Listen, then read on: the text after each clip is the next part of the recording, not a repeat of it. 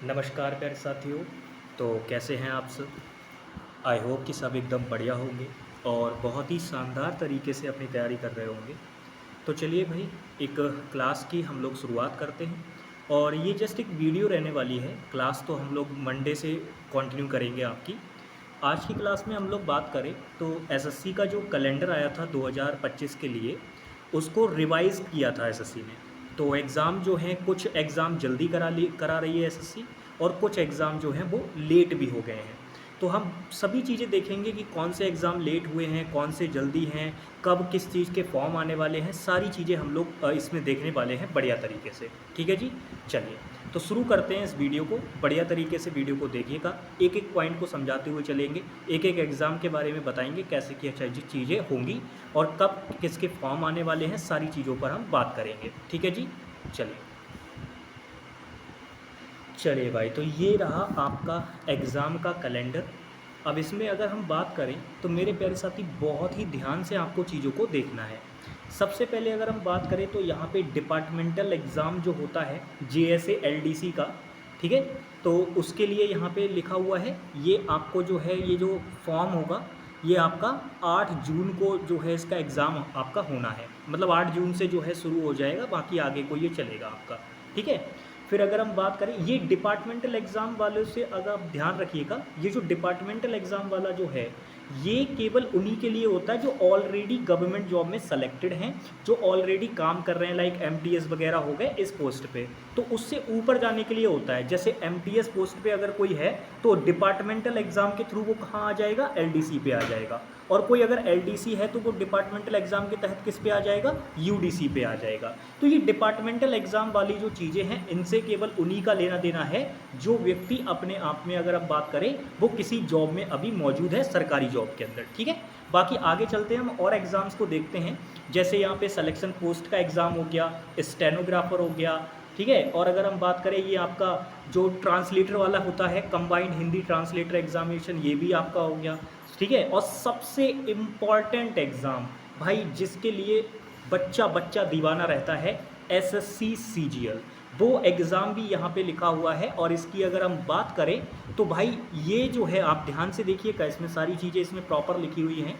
अगर आप देखोगे तो जो एडवर्टाइजमेंट की जो ये डेट बता रहे हैं, एडवर्टाइजमेंट जो इसका आएगा वो 9 तारीख को आएगा। ठीक है, 9 तारीख को। अभी मई चल रही है, यानी आप ये मान के चलिए 9 जून को इसका जो है एडवर्टाइजमेंट आ जाएगा। फिर अगले महीने में यानी जुलाई में इसके जो है फॉर्म आ जाएंगे। ठीक है, 4 जुलाई को लगभग ये दिखा रहे हैं, तो लगभग 4 या 5 के आसपास जो है इसके फॉर्म आ जाएंगे। और फिर आपका इसका जो अगस्त में टीयर 1 का एग्ज़ाम हो जाएगा।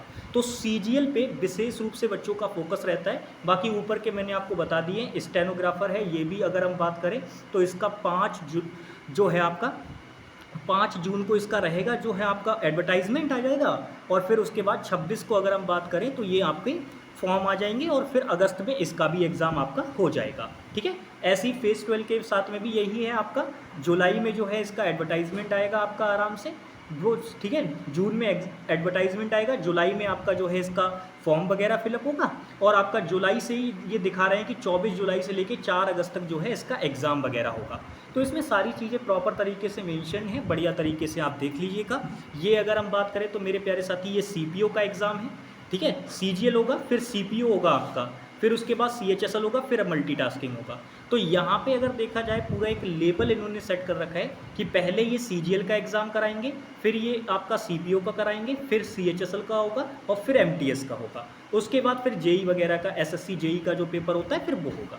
तो ये सारी चीज़ें सीक्वेंस में लगी हुई हैं, एक एक आपको चीज़ें बता दी गई हैं। बस आप ये मान के चलिए, अगर आप एक मोटा मोटा अनुमान सा लगाएंगे तो आप ये मान के चलिए, आपके पास जो समय बचा हुआ है, एग्ज़ाम में जो समय बचा हुआ है, अभी चल रहा है आपका, सीधे सीधे अगर हम बात करें तो आपका मई अभी चल रहा है। तो आप जून, जुलाई, अगस्त, भाई केवल जो भी सीजीएल की तैयारी कर रहे हैं, आपके पास सिर्फ 3 से ज़्यादा में ज़्यादा 3.5 इतने महीने का ही समय बचा हुआ है। तो लग जाओ पूरी तरीके से तैयारी में, टीयर 1 को बिल्कुल बेहतरीन तरीके से उड़ा देंगे। बाकी अगर हम बात करें एसएससी का कोई भी एग्ज़ाम हो, आप ये मान के चलिए उसका पैटर्न उतना ज़्यादा बदलाव नहीं होता है, सारी चीज़ें मोस्टली सेम ही रहती हैं, सिलेबस सेम ही रहता है, ज़्यादा कुछ बदलाव नहीं होता, ये बात आप ध्यान रखेंगे। बाकी एक चीज़ आप याद रखिएगा, अगर सिलेबस में कोई भी चीज़ छोटी मोटी ऐड की भी जाती है या किसी भी चीज़ को थोड़ा बहुत रिमूव भी किया जाता है, तो वो आपको जो आपका एग्ज़ाम का जो एडवर्टाइजमेंट आएगा उस नोटिफिकेशन के अंदर सारी चीज़ें आपको बता दी जाएंगी, तो उसको अच्छे से पढ़ लीजिएगा। और एक बात याद रखें, कभी भी किसी एग्ज़ाम का जब नोटिफिकेशन आता है तो मेरे प्यारे साथी उसको अच्छे से पढ़ लीजिए क्योंकि उसके अंदर बहुत बहुत इंपॉर्टेंट चीज़ें होती हैं जो बच्चा मिस आउट कर देता है और फिर आगे आपको उसमें जो है परेशानी आती है ज्वाइनिंग वगैरह के टाइम पे या डॉक्यूमेंट वेरिफिकेशन के टाइम पे। तो बिल्कुल बहुत अच्छे से जो एडवर्टाइजमेंट आएगा ना एग्ज़ाम का आपके, उसको अच्छे से पढ़ लीजिएगा, ठीक है। चलिए, तो मैंने बाकी आपको बता दिया है। बाकी ज़्यादातर अगर हम बात करें तो इसमें मोस्टली बच्चे जो हैं वो इस पे जाते हैं, सीजीएल पे रहते हैं, ज़्यादा से ज़्यादा जो मोस्टली बच्चे हैं वो सीजीएल पे रहते हैं। और सीजीएल के बाद अगर हम बात करें ये नंबर 7 वाला एग्ज़ाम और सीएचएसएल पे जाते हैं और मल्टीटास्किंग, और ये किए यानी 7, 8, 9 और 10, ये 4 एग्ज़ाम ऐसे हैं जिन पर मोस्टली बच्चे फोकस्ड रहते हैं कि भाई इनमें से एक तो लेना ही लेना है। अब कुछ बच्चे सीपीओ देख लेते हैं, कुछ सीजीएल, जिनका जैसा अपना रहता है कि भाई किसी को 3 स्टार वाली वर्दी चाहिए होती है, किसी को इनकम टैक्स इंस्पेक्टर चाहिए होता है, तो सबका अपना अपना रहता है उसी हिसाब से।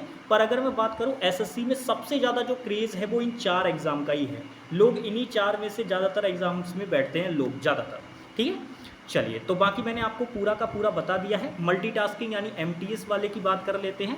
ये भी अगर हम बात करें तो लगभग इसका जो फॉर्म आएगा 26 जून की तरफ ये दिखा रहा है और आपका 24 जुलाई को जो है इसके फॉर्म वगैरह आ जाएंगे। एडवर्टाइजमेंट इसका आ जाएगा आपको 26 को। तो 26 को जब एडवर्टाइजमेंट आएगा तो उस नोटिफिकेशन में सारी चीज़ें दे रखी होंगी, आप उसको अच्छे से पढ़ लीजिएगा। फिर 24 को आपके फॉर्म आ जाएंगे और इसका जो एग्ज़ाम है वो सितंबर और अक्टूबर में ही होगा, यानी 20 सितंबर से शुरू होकर 24 अक्टूबर तक आपका ये एग्ज़ाम होगा। अगर देखा जाए तो एमटीएस के एग्ज़ाम में तो खैर कोई भी उलटफेर मतलब उतना देखने को नहीं मिला है, जैसे कैलेंडर रिवाइज भी हो गया तब भी उतना ज़्यादा डिफरेंस नहीं आया है।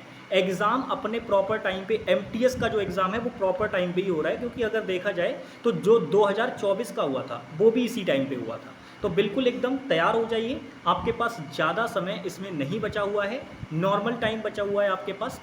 किसी एग्ज़ाम में 4 महीने, किसी में 3 महीने, 5 महीने, इससे ज़्यादा का समय आपके पास एग्ज़ाम में किसी के लिए नहीं है। तो भाई बढ़िया तरीके से तैयारी में लग जाइए। मैंने सारी चीज़ें आपकी कंफर्म बिल्कुल एकदम क्लियर करा दी हैं। फाउंडेशन बैच कंप्लीट पढ़ा रखा है मैंने इंग्लिश का। जो भी बच्चे इंग्लिश पढ़ना चाहते हैं एसएससी के लिए, उसके लिए मैंने बात करूँ तो इंग्लिश का फाउंडेशन बैच मैंने कंप्लीट करा दिया है। और अगर हम बात करें प्रैक्टिस बैच भी ऑलमोस्ट ख़त्म हो गया है, बस 1-2 टॉपिक बचे हैं, तो वो हम लोग कंटिन्यू करेंगे मंडे से, तो उनमें हो जाएगा। और जो एक चीज़ जो रहती है सबसे इम्पॉर्टेंट, वो है प्रैक्टिस। तो वो हम लोग जब शुरू करेंगे तो वो नहीं रुकेगी आपकी एग्ज़ाम तक, वो चलती रहेगी। तो पूरा एकदम रोड मैप मैंने बना रखा था 2025 के लिए और उसी के अकॉर्डिंग मैं चला हूँ। और जो बच्चे उसको फॉलो करते आ रहे हैं वो भाई बहुत ही अच्छा स्कोर करने वाले हैं एग्ज़ाम के अंदर। तो आशा करता हूँ कि आपने पूरा इसको देख लिया होगा अच्छी तरीके से। बाकी इसमें सारी चीज़ें और भी एग्ज़ाम इसमें ऐड हैं, लगभग 12 एग्ज़ाम एसएससी कराती है 1 साल के अंदर, तो वो सारे के सारे इसमें लिखे हुए हैं। आप एक एक एग्ज़ाम का अच्छी तरीके से डिटेल देख लीजिएगा। पीडीएफ आपको ये ग्रुप में मिल जाएगी, वहाँ से आप इसको देख लीजिएगा, ठीक है। चलिए, तो मिलते हैं आप लोगों से नेक्स्ट क्लास में, तब तक के लिए बाय बाय, टेक केयर, जय हिंद प्यारे भाई।